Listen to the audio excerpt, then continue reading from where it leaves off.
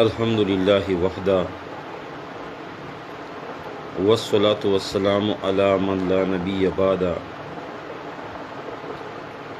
اما بعد فاعوذ باللہ من الشیطان الرجیم بسم اللہ الرحمن الرحیم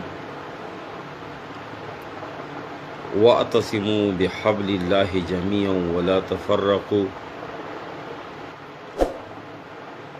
وقال حبیب کبریا صلی اللہ علیہ وآلہ وسلم المرء مع من احب کما قال علیہ السلام۔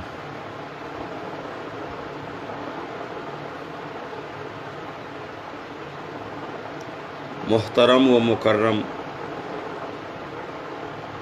عزیز علماء کرام، مفتیان صاحبان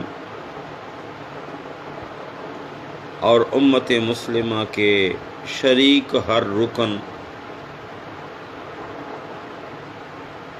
بندہ ناچیز عرض کرنا چاہتا ہے کہ امت کا ہر ایک فرد اپنی اپنی جگہ پہ نہایت اہم ہے، اور نبی کریم صلی اللہ علیہ وآلہ وسلم کے فرمان کے مطابق الناس معادن، ہر ایک نہایت قیمتی سرمایہ ہے، معدن ہے، چھپا ہوا خزانہ ہے۔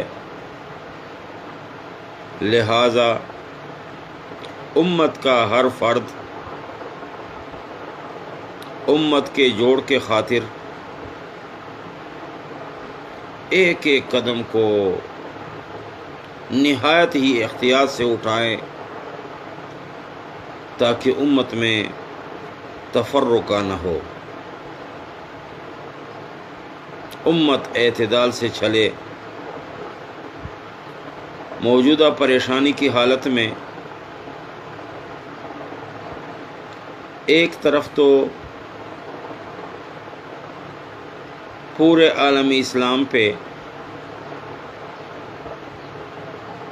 کرونا کی وبا کی صورت میں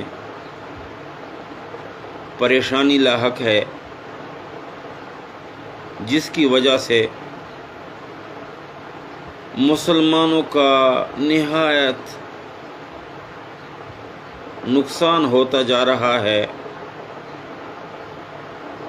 حرم پاک سے لے کر ہر چھوٹے بڑے مسجد تک، درسگاہ تک، مدرسے تک اور ہر مسلمان کے گھر تک یہی پریشانی کا سامان پہنچ چکا ہے۔ ہر ایک مسلمان اپنی جگہ پہ پریشان ہے، اور دوسری طرف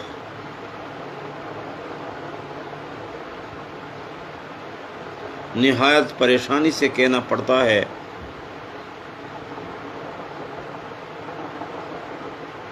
کہ مسلمان خصوصاً علماء کرام کا کچھ طبقہ، اور اس میں پھر تخصیص کے ساتھ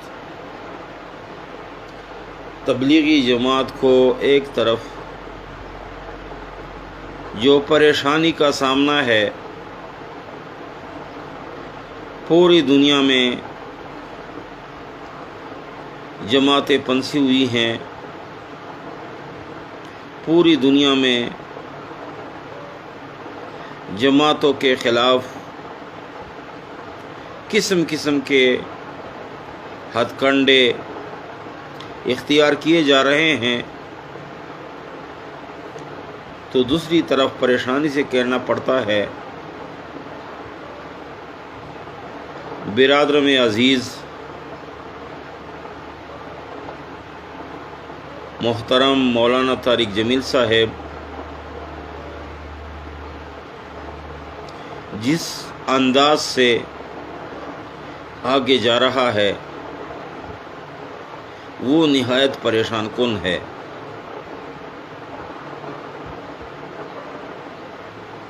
اس لیے اپنے برادر کو ایک درمندانہ، عاجزانہ، ہمدردانہ درخواست جملہ مسلمانوں کی وساطت سے